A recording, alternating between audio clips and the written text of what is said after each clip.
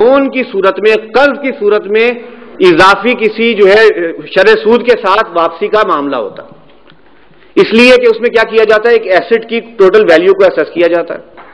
اب اس کو اسیس کر کے اس کی جتنے عرصے کا آپ اجارہ کرنا چاہ رہے ہیں یا لیز کرنا چاہ رہے ہیں اس کی مدت طے کر لی، اور اس کی اس ویلیو کو آپ نے پر منتھ کی کسی انسٹالمنٹ پر طے کر لیا، اور اس کے بعد آپ اسے جو ہے اس مدت کے دوران وہ پیسہ پے ہوتا رہا. جب مکمل پیسہ پے ہو گیا تو اب وہ چیز جو ہے وہ ملکیت میں، دوسرے شخص کی ملکیت میں، جس نے اسے لیا تھا اس کی ملکیت میں ٹرانسفر کر دی.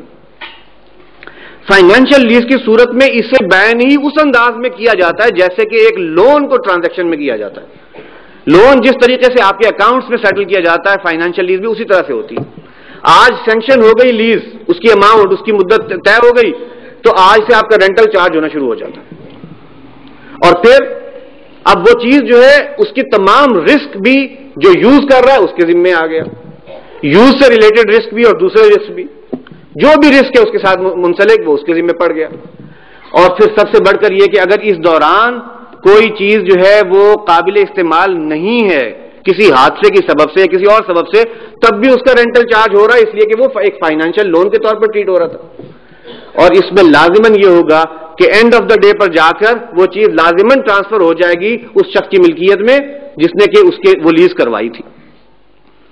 اب یہ وہ چیز ہے جس کے اندر ایک سے زیادہ قابل اعتراض باتیں ہیں، اور اسی لیے اس کے بارے میں یہ کہنا مشکل نہیں ہے کہ یہ درست نہیں ہے. یہ اسی ایک قرض کی صورت ہے جو کہ آپ ربا پر یا سود پر دیتے ہیں اور لیتے ہیں، اسے جو ہے نام اس کے اندر تبدیلی کر لی گئی.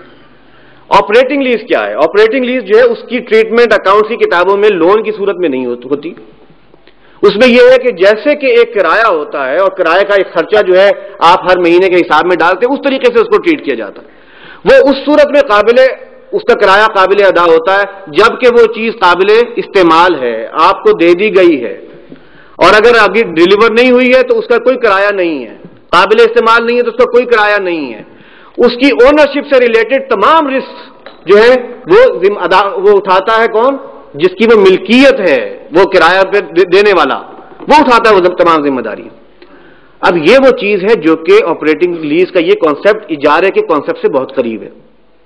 اس لیے کہ اجارے میں بھی یہی ہے کہ جو شخص اجارے پر کوئی چیز جو ہے وہ دیتا ہے وہ اپنی ملکیتی چیز کی پوری ذمہ داری اٹھاتا ہے.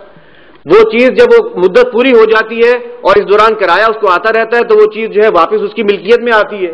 اس میں لازم نہیں ہوتا کہ وہ لازماً جو ہے وہ اس کی اونرشپ میں ٹرانسفر ہو. یہ اجارے کے بیسک کریکٹرسٹکس ہیں.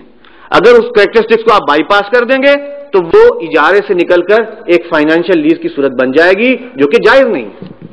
لہذا اگر کوئی ادارہ جو کہ مال جمع کر رہا ہے لوگوں کا اور اس کی بنیاد پر کوئی کاروبار کرتا ہے، اگر وہ یہ کرتا ہے کہ واقعتاً وہ چیز اون کرتا ہے، اون کر کے اس کی تمام جو ہے رسپانسبلٹی لیتا ہے، اسے رینٹ آؤٹ کرتا ہے، اور رینٹ آؤٹ کرنے کے بعد کانٹریکٹ میں کوئی ایسی چیز شامل نہیں ہے کہ وہ لازماً جو ہے جس کو رینٹ کی گئی ہے اس میں جو ہے اونرشپ میں ٹرانسفر ہوگی، یہ تمام تقاضے پورے کر رہا ہے، تو یہ ایک کرائے کی صورت ہے. یہ ویسے ہی ہے جیسے کہ آپ رینٹ کار کرتے ہیں، اس کے اوپر کوئی اعتراض نہیں ہے. رینٹ کار میں آپ گاڑی کی ایک مدت طے کر لی، ایک مہینے کے لیے مجھے چاہیے، اس کا کرایہ طے ہے، اب آپ صرف اس کی یوز کا جو رینٹل ہے وہ پے کرتے چلے جائیں.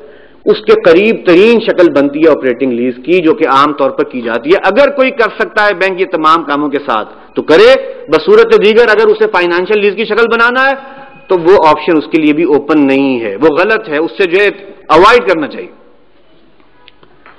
تیسری قسم کا جو آپشن اس وقت استعمال کیے جا رہے ہیں جس کا ذکر جو ہے اس رپورٹ میں بھی تھا اور ایک متبادل کی صورت میں بیان کیا گیا، وہ تھا بے مرابحہ، جسے آپ کہہ سکتے ہیں کہ ٹریڈنگ کی شکل میں اور ٹریڈنگ کی صورت سے جو ہے کوئی فائنانسنگ کرنا. بے مرابحہ کیا ہے؟ یہ ایک بیع ہے، بیع کی ایک صورت ہے جس کے بیسک کوالیفیکیشن یہ ہے کہ اس میں جو شخص بیچتا ہے اس چیز کو، پہلی بات یہ اس کا مالک ہو، وہ اپنی ملکیتی چیز کو بیچ رہا ہو، نمبر 1. نمبر 2، وہ اس کی کاسٹ پرائس کو ڈسکلوز کرے کہ یہ مجھے اتنی جو ہے لاگت کرتی ہے. نمبر 3، کاسٹ کے اوپر کوئی اضافی اگر خرچے ہوئے ہیں انہیں الگ جو ہے وہ بتایا کہ یہ اتنا مجھ پر اس کا اضافی خرچہ ہوا.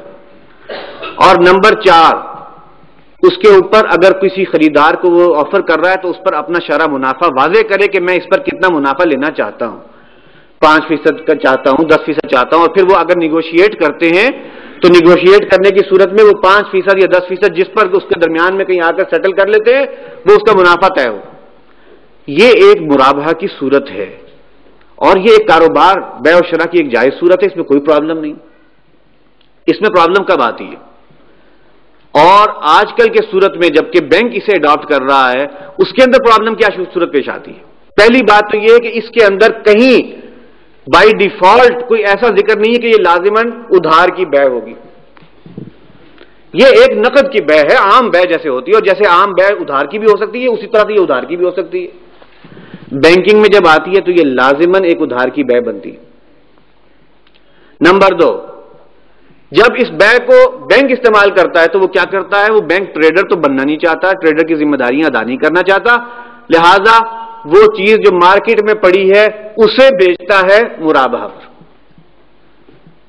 اسے بیچنا مرابحہ پر کا کیا مطلب ہے کہ آپ اصل میں صرف وہ جو فائنینشیل گیپ تھا، کوئی اگر آج کسی شخص کے پاس اس کی قیمت دینے کے لیے پیسے نہیں ہیں اور وہ ادھار پہ جو ہے وہ خریدنا چاہتا ہے، بازار جس سے وہ خریدنا ہے وہ ادھار پر دینے کو تیار نہیں ہے، تو یہ بینک صاحب وہاں تشریف فرمائیں کہ ٹھیک ہے ہم آپ کو وہ خرید کے دے دیتے ہیں، ادھار آپ ہم سے کر لیں اور وہ ادھار جو ہے ہم آپ سے قسطوں میں لے لیں. سوال یہ ہے کہ کیا بینک نے اس چیز کی ذمہ داری، اس کی اونرشپ کی ذمہ داری، اس کی تمام جو بھی اس کے ساتھ جو ضمان وابستہ ہے وہ لی ہے؟ اگر آپ اوریجنل کانٹریکٹس دیکھیں تو یہ مرابحہ 2 قسم کی جو ہے وہ کاموں میں یوز ہو رہا ہے. ایک اسی طرح کی ٹریڈنگ میں کوئی چیز جو ہے وہ بازار میں پڑی ہے، بینک درمیان میں آ گیا ہے وہ فائنینشیل گیپ بریج کرنے کے لیے، کلائنٹ جو ہے وہ خود جاتا ہے سروے کرتا ہے کون سی چیز چاہیے، جو چیز چاہیے اس کا کوئی اگر بھاؤ تاؤ کرنا ہے وہ بھی وہی کرتا ہے، پھر وہی بینک کا کلائنٹ بن کر جا کر اس سے جو ہے معاہدہ ایگریمنٹ کرتا ہے. اب وہ اولاً کچھ دیر کے لیے اس کو بینک کے نام پر جو ہے وہ ٹرانسفر کیا جاتا ہے، اور پھر جب وہ ادائیگیاں پوری ہو جاتی ہیں تو وہ اسے بعد میں جو ہے وہ اس شخص کے نام پر ٹرانسفر کیا کر دیتا ہے. یہ کام جو بینک کر رہا ہے وہ مرابحہ، وہ بیع نہیں کر رہا، بیع و شراء نہیں کر رہا، وہ صرف اور صرف اس فائنینشیل گیپ کو برج کر رہا. اس کی ایک قانونی شکل پورا کرنے سے بات مسئلہ حل نہیں ہو جاتا، بلکہ اس سے مسائل پیدا ہوتے ہیں، کنفیوژن پیدا ہوتی ہیں. لوگ سمجھتے ہیں کہ کیا ہو رہا ہے، یہ وہی کا وہی تو ہو رہا ہے، اس میں فرق کیا ہے؟ چلو یہ تو پھر وہ ان چیزوں کے بارے میں جن میں ٹریڈنگ ہو رہی ہے. بہت سا مرابحہ کیا جاتا ہے ان چیزوں میں جس کی کوئی ٹریڈنگ ہے ہی نہیں.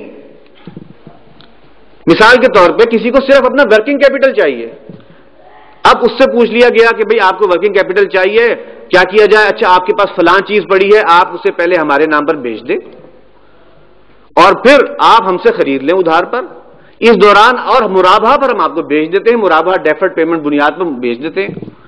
نہ دونوں پارٹیز اس چیز کو خریدنا چاہ رہی ہیں نہ بیچنا چاہ رہی ہیں، ضرورت ہے اپنے کیپٹل کے لیے کی اور فائنانسنگ کی، اس کو پورا کیا جا رہا ہے.